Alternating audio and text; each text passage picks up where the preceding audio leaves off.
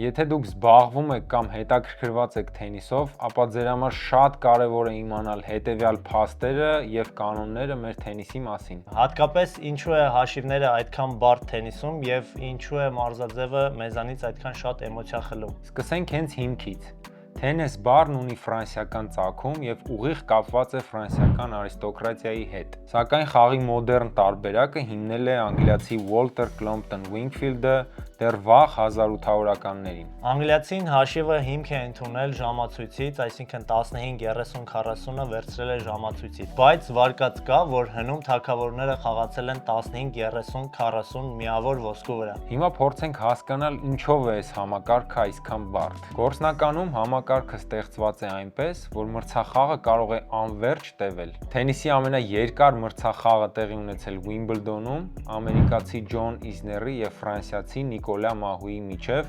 անցնելով ավելի քան 11 ժամ։ Խաղը տևեց այնքան երկար, որ ստիպված թենիսի ասոցիացիան որոշեց կարճացնելու նպատակով օգտվել թայբրեքերից գեյմերի փոխարեն։ Իսկ ինչ են ներկայացնում իրենցից գեյմերը, սեթերը եւ տայբրեքները։ Խաղը հաղթելու համար մարզիկը պետք է հաղթի 2 սեթ,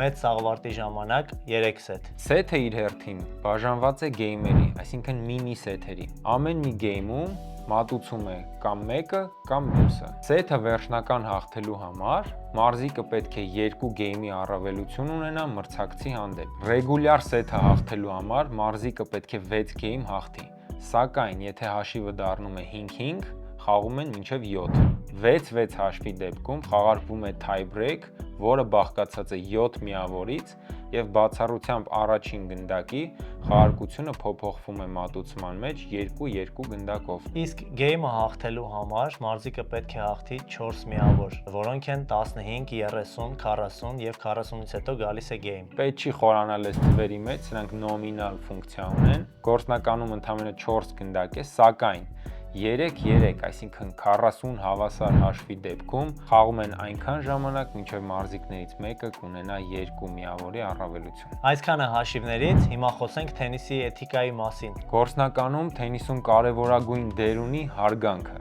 Հարգանքը քո հանդեպ, քո մրցակցի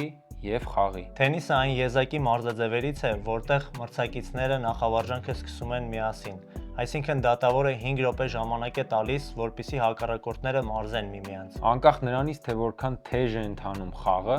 միևնույն է մրցակիցները բավականին բարձր հարգանք պիտի դրսևորեն միմյանց նկատմամբ։ Եվ խաղի վերջում ձեռքսեղմումը կարևորագույն մշակութային երևույթ է իրանից ներկայացնում։ Բնականաբար մենք թենիսում նաև տեսնում ենք վարքի վատ դրսևորումներ, որոնք հիմնականում արժանում են ոչ միայն հանդիսատեսի վատ արձագանքին, այլ նաև ֆորմալ կանոնների խախտման արդյունքում ստացած տուգանքներին։ Եվ չմոռանանք, հանդիսատեսի բարոյաթիկական նորմերը մեր մարզաձևի կարևորագույն մասն են։ Այնպես որ խաղարկման ընթացքում սուլոցներ, բարձր ձայն, երաժշտություն ամբողջը արգելված են։ Հիմա անցնենք կարևորագույն մրցումներին ու մրցաշարային ցիկլին։ Թենիսում կարևորագույն մրցաշարերը 4-ն են՝ Australian Open, Roland Garros, Wimbledon եւ US Open։ Սրանք բոլորը մեծ սաղավարտի մրցաշարերն են։ Ընդ որում, եթե մարզիկը մեկ օրացուցային տարվա ընթացքում հաղթում է բոլոր 4-ը,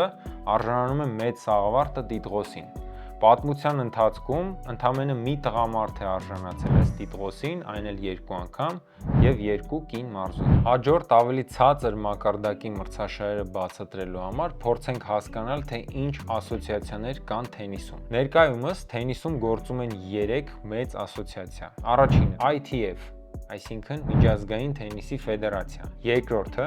ATP, Association of Tennis Professionals, այսինքն պրոֆեսիոնալ թենիսի ասոցիացիան, որը հիմնականում զբաղվում է տղամարդկանց թենիսով, եւ WTA-ը, Women's Tennis Association, որը հիմնականում զբաղվում է կանանց պրոֆեսիոնալ թենիսով։ Եվ որպես կարևոր լրացում, բարձրագույն թենիսի մրցաշարերը հիմնականում կազմակերպվում են ATP եւ WTA-ի կողմից։ Վերադառնալով մեր սանդղակին, մեծ սաղավարտի մրցաշարերին հաջորդում են ATP եւ WTA 1000 վարկանիշային համակարգով մրցաշարերը։ Նշված մակարդակում, հատկապես տղամարդկանց ցիկլում, մրցաշարերն անվանվում են Masters-ներ։ Դրանք 9-ն են։ Հաջորդ մակարդակի մրցաշարերն են ATP եւ WTA 500 250 և WTA 125 մրցաշարերը։ Նշված թվերը արտահայտում են մարզիկների հաղթելու դեպքում հավաքած միավորները,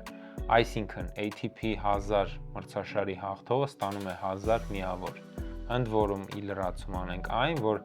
մեծ սաղավարտի մրցաշարի հաղթողը ստանում է 2000 միավոր։ Նշված այս բոլոր մրցաշարերը ներառված են ATP կամ WTA Tour համակարգում։ Նշված մակարդակից ավելի ցածր վարկանիշ ունեցող մարզիկները մասնակցում են հիմնականում Challenger Tour-ին։ Իսկ նշված տուրից ներքև արդեն մակարդակում գտնվող մրցաշարերը անվանվում են ITF Pro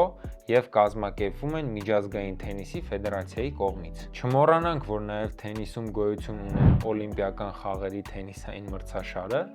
որը որոշակի չափով զիջում է իր հեղինակությամբ մեծ սաղավարտի մրցաշարերին։ Սակայն կարևոր է նաև նշել, որ մարզիկները միմյանց հետ մրցում են ոչ միայն այս հեղինակային մրցաշարերը հաղթելով, այլ նաև իրենց վարկանիշով։ Օրացուցային տարվա ընթացքում մարզիկների հավաքած միավորները արտահայտվում են վարկանիշային աղյուսակի ցանկում, ըստ որի և որոշվում է աշխարհի առաջին ռակետը։ Եվ վերջում մի շատ հետաքրքիր փաստ։ Հայաստանում թենիսը հիմնադրվել է 1900-ականների սկզբին ձեզ մի շատ հայտնի վայրում՝ Արամյանցի դղյակում։ Ցավոք այդ գորտը այսօր չկա, բայց հուսանք մի օր կվերականգնվի։ Դե ինչ, մենք այսօր փորձեցինք ձեզ ծանոթացնել թենիսի խաղային և մրցաշարային համակարգին։ Իսկ դուք կոմենտներում գրեք, ձեզ դուր եկավ մեր այս նոր ֆորմատը, թե ոչ։ Եվ բնականաբար չմոռանաք բաժանորդագրվել մեզ և ակտիվ հետևել մեր հետագա նյութերին։